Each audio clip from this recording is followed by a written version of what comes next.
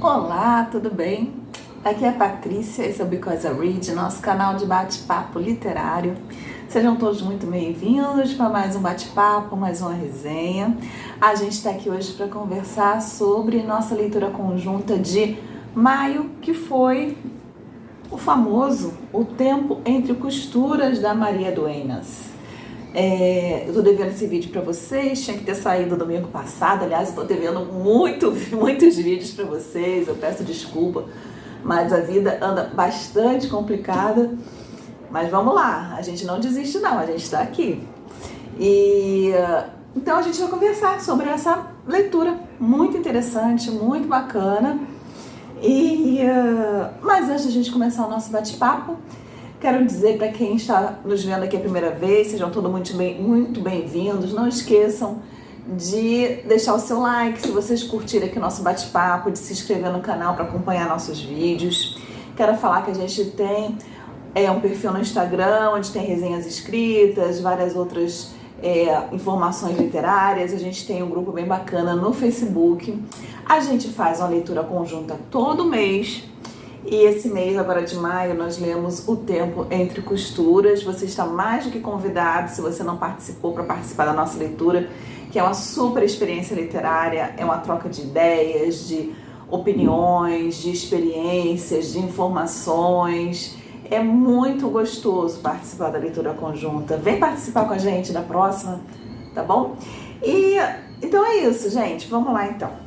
O Tempo Entre Costuras é da autora espanhola Maria Dueñas. Ela nasceu em 1964. Esse aqui foi a primeira publicação dela, o primeiro livro publicado, que já foi assim um estouro, um sucesso. Foi lançado em 2009 e se tornou uma das grandes obras literárias da literatura espanhola. Foi traduzido já para mais de 25 idiomas. E foi um baita de um sucesso. Esse livro, eu tô com ele na estante, gente. Eu nem sei quanto tempo eu tô com esse livro na estante. Deve ter uns 3, 4 anos pelo menos, né? Que ele tá lá esperando a vez dele. E chegou a vez dele de ser lido. E foi uma experiência muito legal, muito bacana. A Maria Dueñas, depois que ela lançou O Tempo Entre Costuras, ela lançou outros livros também, que foram bem aceitos pela crítica, pelo público. Tem o Cira, que é uma continuação aqui do nosso Tempo Entre Costuras. Mas assim, gente, esse livro aqui é um livro standalone, como se fala em inglês. Ele tem início, meio e fim nele mesmo, na história, mas depois ela lançou como se fosse o que aconteceu depois com a nossa protagonista aqui, né? Uma outra história falando sobre a nossa protagonista. Tem As Filhas do Capitão, se eu não me engano. Tem um outro também, A Melhor História Está Por Vir, lançado em 2019. As Filhas do Capitão foi lançado em 2018. E o Cira, que foi lançado em 2021. O que fala o enredo aqui do Tempo Entre Costuras? Então, O Tempo Entre Costuras é uma história que vai começar na Espanha, em Madrid, da década de 20, né, 1920. E ela vai trazer, basicamente, começar como se fosse um romance de formação sobre a infância aqui da nossa protagonista, da Cira. Ela é filha de uma costureira, mãe solteira. Ela, até um determinado da história, ela não conhece o pai dela. E ela é criada dentro de um ateliê de alta costura na Espanha. E desde pequenininha ela vai começar já a fazer pequenos serviços, vai aprendendo a se virar, até que ela se torna uma adulta já com a mão na massa de fazer, né, de produzir alta costura. E a vida da Cira tá andando, aquela época assim bem bacana, socialmente falando, tanto na América quanto na Europa, dos anos 20, década de 20, muitos bares, muita música, escritores, artistas, né? E ela tava no centro disso tudo. Ela arranja um namoradinho que gosta muito dela e tá lá curtindo a vida dela, trabalhando. Mas aí ela vai conhecer alguém, né? Um pilantra, né? Vamos dizer assim. E, gente, desde o início que ele aparece logo no início da história, não tem como negar que ele é um pilantra, né? Que vai meio que virar a vida dela de cabeça para baixo. Com esse pilantra, ela vai para Marrocos, né? Larga tudo e vai para Marrocos. para o Marrocos, né? Que é na época um protetorado da Espanha, e para Tanger, né? Ela primeiro vai para Tanger, depois ela se muda para outra cidade. E a princípio tudo são rosas, muita festa, muita saída, muita balada, né? Muito sexo, muito tudo, né? E a vida assim, né? Tá às mil maravilhas para Cira. Só que de repente, né? Como tudo que é bom dura pouco, diz o ditado, a vida dela vai desabar, né? A estrutura dela vai desabar e ela vai se ver sozinha num país que não é o dela, sem família, tendo que batalhar para começar, não só começar a vida do zero, mas pagar uma porção de dívida que deixaram nas costas dela. E aí a Cira, que até então você percebe que é uma personagem assim muito, eu diria inocente, mas ela assim meio bobinha, sabe? Ela é meio bobinha, meio sem graça, egoístinha, sabe? Só pensa nela, e meia leviana, assim, no sentido assim, muito ovada, ela não tem profundidade, vamos dizer assim. Um personagem que, a princípio, ela não tem profundidade nenhuma. E aí a Cira vai começar do zero e a partir daí a gente vai acompanhar o crescimento da Cira.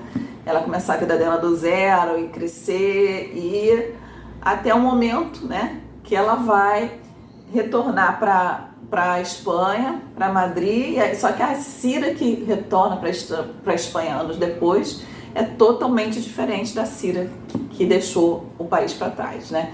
E tudo isso, gente, toda essa vida da Cira, a narrativa sobre a vida da Cira, vai acompanhar o momento histórico, social, político da Espanha e também da Europa na época, né? Então, esse livro aqui, gente, nesse sentido, ele é muito bacana, porque ele é uma aula de história, é um romance histórico, na verdade, né? Ele é uma aula de história, aprendi muito lendo esse livro. E, aliás, eu fico muito chateada quando eu ouço, né, alguém falando direta e indiretamente que você não aprende nada com ficção. Gente, quanta coisa! Eu sou uma leitora de ficção, basicamente uma leitora de ficção. 90%, 85% do que eu leio é ficção, né? E quanta coisa eu já aprendi lendo ficção, né? Em todos os campos, todos os aspectos, não só história, mas ciência, tudo, né? Bom, então, mas voltando aqui para o nosso livro. Então, a gente vai acompanhar paralelamente todo um desenvolvimento social, político e histórico da Europa aqui e a gente vai aprender muita coisa. Então, gente, o enredo mais ou menos é esse, né? Vamos lá, o que mais a gente tem que falar aqui?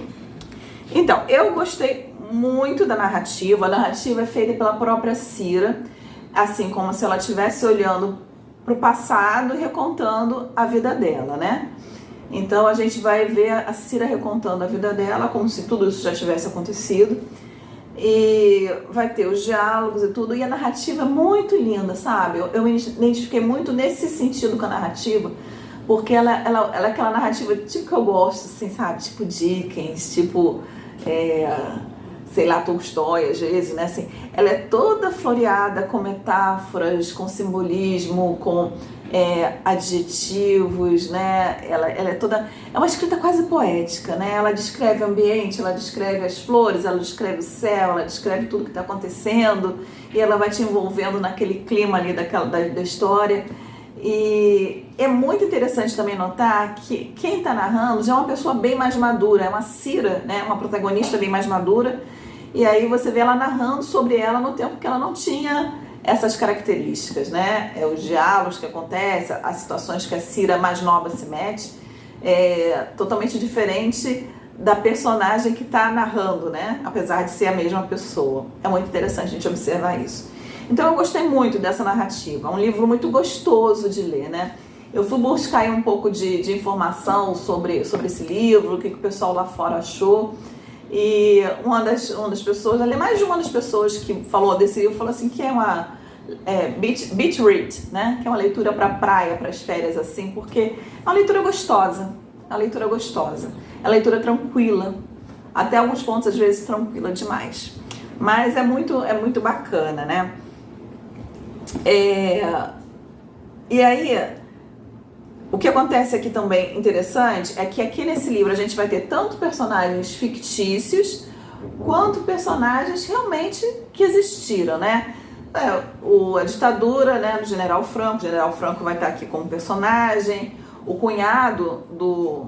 Aliás, o General Franco, ele nem aparece praticamente que uma cena ou duas. Ele vai aparecer no almoço, no evento, mas o cunhado dele, né, Ramon Serrano, né, que foi chamado na época de cunhadíssimo, vai estar presente aqui na nossa narrativa. A Rosalinda Fox, que era uma socialite inglesa, que ficou muito amiga da Cira lá no Marrocos, e que é uma personagem real, da vida real, que era uma socialite que estava envolvida com a política da época, né? E ela era amante do ministro das Relações Exteriores do General Franco, que era o... Qual é o nome dele mesmo, gente? É o Juan Luis Bigbider, né? Não sei se é assim que pronuncia, mas é alguma coisa assim.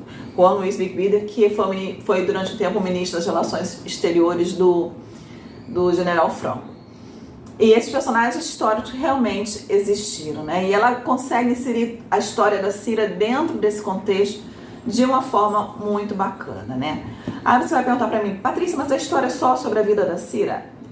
A história é sobre a vida da Cira, mas a Cira, em um determinado momento, ela vai começar a trabalhar, vamos dizer assim, não é para a resistência, né? Mas ela vai começar a fazer trabalhos para os rebeldes, né, na época, né, que são contra a ditadura do General Franco e contra os alemães também, porque o General Franco se alia à Alemanha, e aí a Cira vira ela começa a fazer tráfico de informação, né, porque ela é uma costureira, né, ela vai estar sempre trabalhando com alta costura. Ela vai receber, na época, quem era a grande sociedade, a alta sociedade da Europa. Era os alemães, as esposas dos alemães, as esposas dos militares, né? E vai haver todo um tráfico de informação aqui na história. Então, assim, é uma história muito bacana de ler. É um livro que vai merecer para mim uma releitura em algum momento. Algumas coisas assim, mas assim, eu gostei muito, indico muito, mas assim, não vai entrar para os meus favoritos da vida. Mas é uma excelente leitura. Mas por que não vai entrar para os meus favoritos da vida? Porque Patrícia, eu gostei de ler essa história, mas eu não, vamos dizer assim, eu não consegui entrar dentro da história, né? Tem muitos momentos aqui de tensão, em que ela está correndo risco de vida, em que você tem medo da coisa dar errado, e aí eu fiquei tensa, assim, em alguns desses momentos. Mas a personagem em si, eu achei ela, assim, uma personagem meio fria, meio... Sabe, eu não consegui, não é me identificar com ela, mas eu não consegui emocionalmente entender essa personagem, sabe? Ela tem um carinho pela mãe, ela se apaixona pelo cara que dá o golpe nela, ela, sabe, mas eu não consigo, a forma dela pensar, né, a forma que foi construída essa personagem, ela não me envolve, né, mas isso é uma coisa muito pessoal minha, é uma excelente leitura, é uma coisa pessoal minha, por isso que ele não vai entrar assim para os favoritos da vida, mas foi uma excelente leitura, personagens muito bem construídos, a Cira, a gente vai ter aqui, né, quando ela está morando em Marrocos, que ela está reconstruindo a vida dela, vai ter um amigo dela, né, que é homossexual, que é um super apoio para ela, é uma pessoa que está ali do lado dela, é um personagem muito bacana, é muito divertido de ver. A gente vai ter um jornalista, entre aspas, com quem ela vai se envolver também no Marrocos também, que é uma pessoa bacana. A Rosalinda Fox, que é uma personagem real, mas foi construída aqui de uma forma também muito bacana, né? Então, assim, a gente vai ter um grupo forte, né, de personagens aqui para conviver durante essa história, né? E é isso, gente. Foi uma leitura muito válida, vale muito a pena, né? E deixa eu ver se tem mais alguma coisa para falar aqui.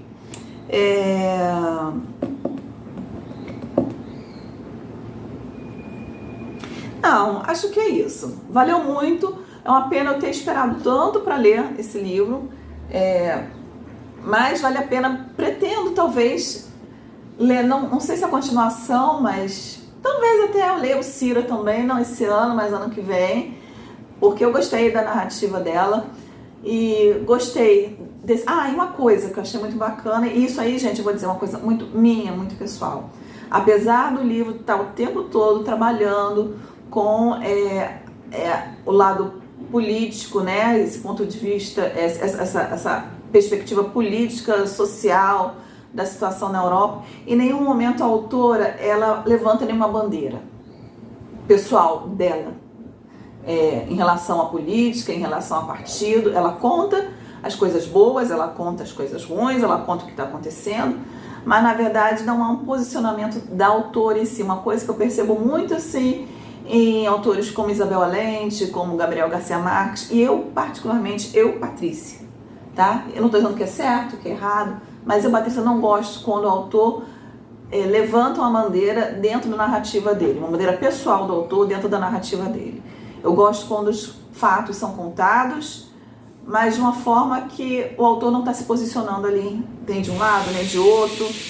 Isso eu gostei muito dela, porque é um livro que é sobre política, é um livro que é sobre estrutura social, política, econômica, mas ela, apesar, né, da gente saber, os alemães, a destruição que eles fizeram, isso aqui é comentado aqui, né, tudo que, as coisas ruins que os alemães estavam fazendo, mas ela não, a Cira em si, a protagonista, ela passa muito como uma observadora da situação. Ela até se posiciona, né, porque vai acontecer aqui o que eu já falei para vocês, mas a coisa está mais assim, certo e errado, sim, não partidariamente falando, mas o que é certo e o que é errado se fazer com outras pessoas, né? Espero que vocês tenham entendido o que eu quis dizer aqui.